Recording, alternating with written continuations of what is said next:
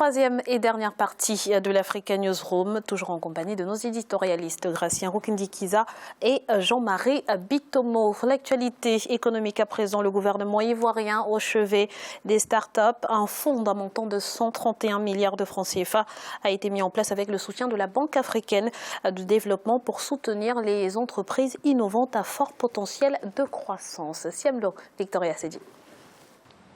Un fonds d'aide pour encourager et soutenir l'innovation sera mis en place en Côte d'Ivoire. Le gouvernement ivoirien l'a annoncé à la fin du Conseil de ministres ce jeudi 7 juillet. Le secteur de l'innovation s'est montré de plus en plus dynamique ces dernières années avec l'élargissement de la facture numérique, favorisant ainsi le développement de start-up. Le gouvernement entend mobiliser 131 milliards de francs CFA pour renforcer les infrastructures d'aide à l'innovation et contribuer à l'éclosion de nouvelles entreprises créatrices de richesses. Parce que déjà en 2015, la banque, la BAD avait fait un atelier sur toutes ces innovations. Faut toujours faire une revue des performances, ou qu'est-ce qu'on a atteint, corriger les dysfonctionnements. C'est sûr que 100 milliards, 131 milliards, c'est significatif. Si ce fonds arrive à point nommé pour permettre une bonne contribution du secteur au renforcement du tissu économique, la question de sa répartition se pose. Pour une meilleure rentabilité, des analystes suggèrent au gouvernement de mettre l'accent sur l'accompagnement et la formation des entreprises qui en bénéficieront. 131 milliards, ils vont être logés dans quel compte? Quelles vont être les entreprises éligibles? Sur quelle base ces entreprises vont être éligibles? Est-ce que ça va être des prêts ou bien ça va être des financements de fonds de roulement, ou ça va être des financements d'acquisition. Donc tous ces points doivent être structurés, bien déterminés et ensuite gérés de manière très professionnelle, très correcte ce fonds pour ne pas qu'il soit affecté à d'autres choses que ceux pour lesquels il a été mis en place. Avec un secteur d'éthique assez ouvert cette dernière décennie, la Côte d'Ivoire possède des plateformes innovatrices porteuses d'espoir et de développement. En 2016, le gouvernement s'est fixé pour objectif dans son programme e-gouvernement d'assurer un réel fonctionnement d'éthique dans l'administration publique, mais aussi dans le privé, et ce, en renforçant les capacités des acteurs du secteur. Jean-Marie, la Côte d'Ivoire est incontestablement dans le wagon de l'innovation. Vous savez, Graziella, l'innovation est le moteur de l'industrialisation qui est à son tour le moteur de la croissance économique. Donc le fait que le président ivoirien ait compris, comment dirais-je, l'importance, on nous parle toujours de la Silicon Valley aux États-Unis. En Afrique, nous avons des potentialités qui peuvent rivaliser avec, mais comme on le dit souvent sur ce plateau, c'est encore une question de volonté politique. Vous avez des Africains qui sont capables de créer. Le fait que la Côte d'Ivoire puisse mettre autant de fonds pour l'innovation, c'est-à-dire là, on remonte en amont, ce n'est pas la gestion des entreprises. Nous sommes là dans quoi? Nous sommes dans la création, c'est-à-dire la destruction créatrice qui crée des métiers dans l'économie, qui en détruit d'autres pour en créer de nouveaux. Donc l'innovation est importante. Vous avez des jeunes Africains, vous avez l'Ivoirien Mabankou. Au Cameroun, vous avez quelqu'un qui a créé, comment dirais-je, à travers un téléphone, comment pouvoir soigner les gens et tout ce qui s'ensuit. Donc le fait que le pouvoir ivoirien mette en place un centre comme celui-là, c'est donner une plateforme aux jeunes et leur dire, bon, éclatez-vous, essayez de vous éclater intellectuellement et inventer ce que vous pouvez inventer. Gracien. Oui, je pense que c'est une bonne chose avec ces fonds, mais pour moi, le gros, c'est surtout l'accompagnement et surtout la préparation au niveau des écoles. On ne peut pas préparer, on ne peut pas attendre à ce que les jeunes créent, innovent, alors qu'ils n'ont pas été formés. Il faut qu'ils soient bien formés techniquement, qu'ils arrivent à avoir du matériel, disons, l'environnement qui permet vraiment de produire. Il y a d'autres pays, notamment comme le Kenya, le Rwanda, où ça évolue très bien, mais sans subvention, mais avec un accompagnement de l'État et aussi des facilités au niveau des crédits. Mais en même temps, je pense qu'au niveau de l'innovation, il faut que les Africains, on se dise en réalité, qu'est-ce que nous entendons dans l'innovation? Nous avons besoin de quoi? On ne peut pas innover. Ça ne sert à rien d'innover, par exemple, si on crée un ordinateur aussi cher que l'ordinateur des Chinois. Ça ne servira à rien. Mais il faut innover dans les domaines qui nous concernent. Là où on a les besoins, que ce soit au niveau de l'agriculture, au niveau de la santé, mais moins cher, au niveau de la production des médicaments, au niveau de la production des outils agricoles. C'est surtout là, dans ce domaine-là, où on a des besoins, on a besoin aussi de l'innovation. Non pas innover dans ce que les autres ont déjà fait. Et Jean-Marie, quelles sont pour l'instant les principales difficultés auxquelles se heurtent, d'un point de vue plus général, les économies africaines dans ce domaine de l'innovation ? Les difficultés sont principalement, ce que Gracien vient de dire, les difficultés de financement en tant que telles. Parce que, il faut toujours c'est l'État qui met toujours en place, qui donne la direction, qui donne l'OLA pour qu'on puisse aller vers une direction. Et les difficultés sont les suivantes, c'est que l'État, c'est-à-dire néglige des fois des secteurs qui sont des secteurs importants pour nous, comme Gracien vient de le dire. Ça ne sert à rien si vous voulez qu'on fasse de l'innovation pour faire de l'innovation. Il faut faire de l'innovation qui est capable d'être transformée en outil de production pour nos économies africaines. Donc à partir de ces instants-là, ce sont les stratégies d'innovation qui sont mises en place en amont, qui vont construire la charpente, la robustesse, si vous voulez, de ces systèmes de recherche et de développement-là en tant que tels. Mais ce sont toujours, vous avez d'abord les moyens et la volonté politique, Graziella. Alors, Gracien, cette initiative du gouvernement du président Alassane Ouattara va peut-être aussi permettre de limiter l'exode des cerveaux. Oui, bien sûr, parce qu'il faut savoir que les jeunes Africains partent, parce qu'ils ne se réalisent pas en Afrique, il manque des outils. Mais s'ils trouvent des moyens, c'est-à-dire qu'on voit même aujourd'hui des Africains qui rentrent dans certains pays pour créer, s'ils ont les moyens, ils vont créer, et ils vont créer des entreprises, ils vont créer des produits, des biens, des services, et du coup, ils vont créer des entreprises, ils vont être riches en Afrique, et ils vont rester en Afrique. Donc, ça sera de la plus-value ajoutée au niveau des Africains. Donc il faut encourager surtout que les Africains restent en Afrique, développent l'Afrique, parce que demain, c'est l'Afrique qui va se développer. C'est le monde aujourd'hui qui est développé qui va décroître. Alors Jean-Marie, pour bien comprendre, d'un point de vue purement économique, dans quelle mesure l'innovation peut permettre d'accélérer ou de stimuler le développement économique d'un État ? L'innovation, comme je l'ai dit tout à l'heure, Graziella, c'est le cœur de l'économie parce que c'est en créant de nouvelles choses, en créant des techniques. Vous avez l'innovation qui elle est multidimensionnelle. Vous avez l'innovation technique, vous avez l'innovation organisationnelle parce que quand on parle d'innovation, on ne voit que la technique. Vous avez aussi l'innovation organisationnelle qui permet d'organiser la société. Ici, là, c'est pas ce qui nous concerne ici, mais elle pourrait venir se rajouter parce que ce sont les deux types d'innovation qui sont complémentaires. Dès l'instant que vous avez une innovation technique, cette innovation technique-là a obligatoirement des répercussions sur les structures sociétales dans lesquelles cette innovation-là a été créée, parce que dans un premier temps, vous avez des conflits qui vont naître. Et à travers ces conflits-là, il est nécessaire et important de pouvoir les maîtriser, de faire en sorte qu'il y ait un développement harmonieux de l'économie en tant que telle. Merci Jean-Marie. Au Bénin, le cap est mis sur le numérique. La création d'un conseil du numérique a été annoncée ce jeudi. L'organe qui sera présidé par le président Patrice Talon vise à changer de paradigme économique d'ici à 2020. Deogracias Podo.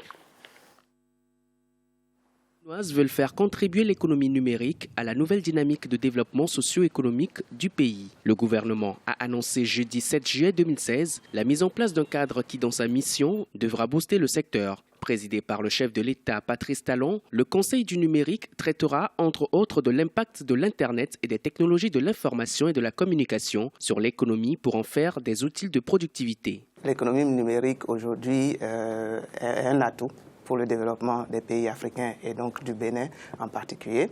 Et on se rend compte aussi que lorsqu'on regarde un peu au niveau africain, que cette économie contribue de 1 à 3% au PIB des pays qui l'ont vraiment adopté.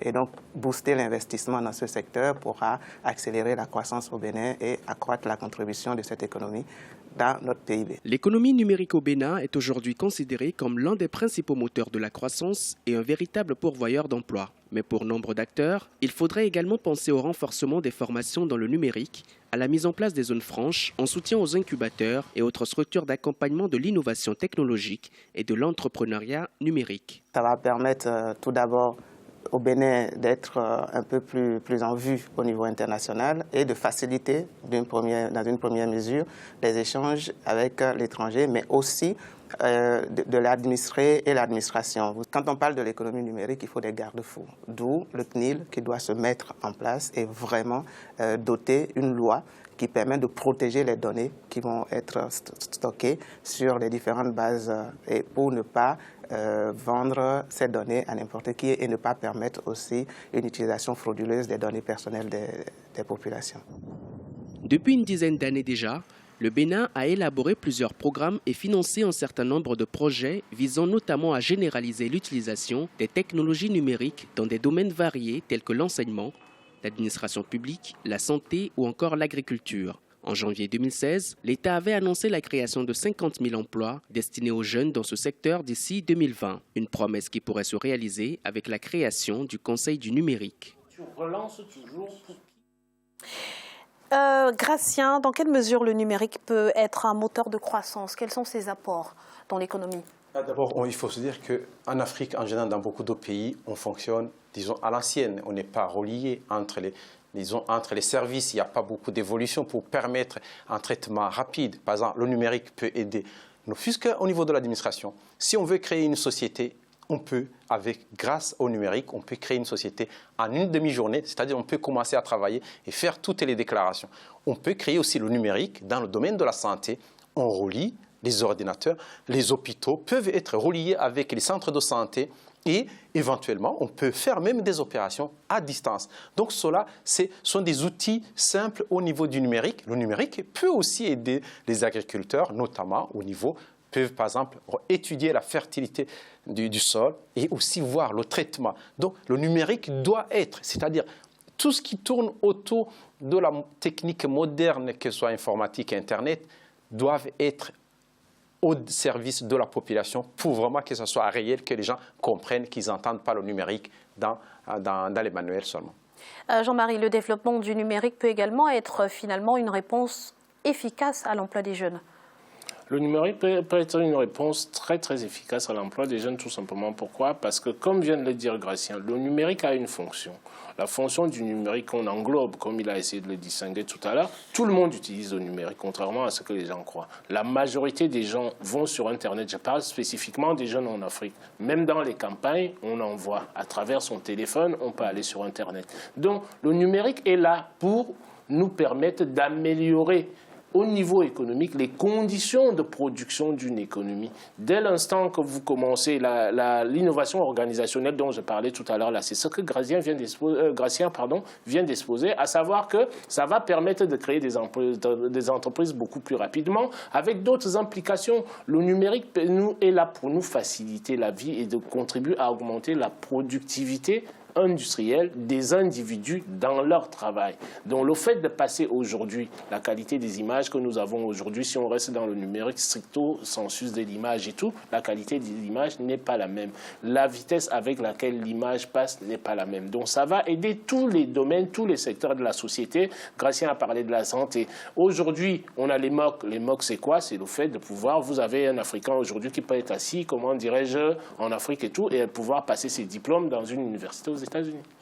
Alors, Gratien, le président Talon ambitionne de faire du Bénin la première puissance numérique en Afrique de l'Ouest d'ici 2021. Vous y croyez?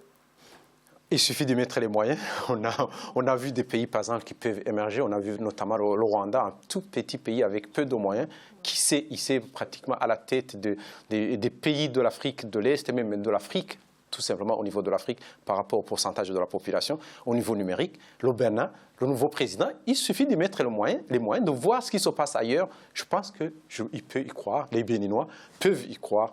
Donc la volonté et les moyens. Justement, très rapidement, quels sont à ce jour les pays numériquement les plus dynamiques du continent?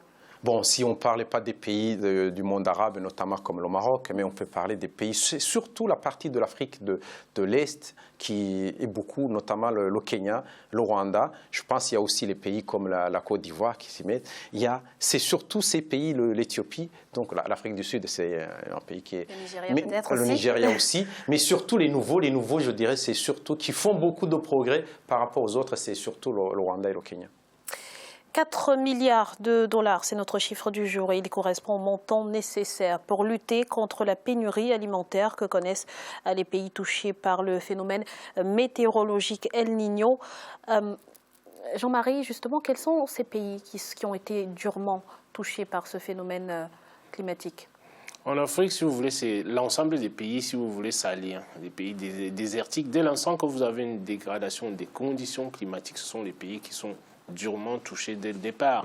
Nous l'avons vécu, si vous voulez, dans tous les pays sahéliens dont je parlais tout à l'heure. Vous avez un pays comme le Niger. Le Niger, si vous voulez, bon, en termes En termes climatiques, c'est un pays qui est dans un stress hydrique permanent. Donc El Niño vient, si vous voulez, qui est en courant d'air chaud, ce qui contribue à assécher les terres arables dans des différents États, a des répercussions qui sont énormes. Donc en Afrique, vous avez énormément de pays. La plupart de nos pays pauvres, vous avez le Tchad, vous avez...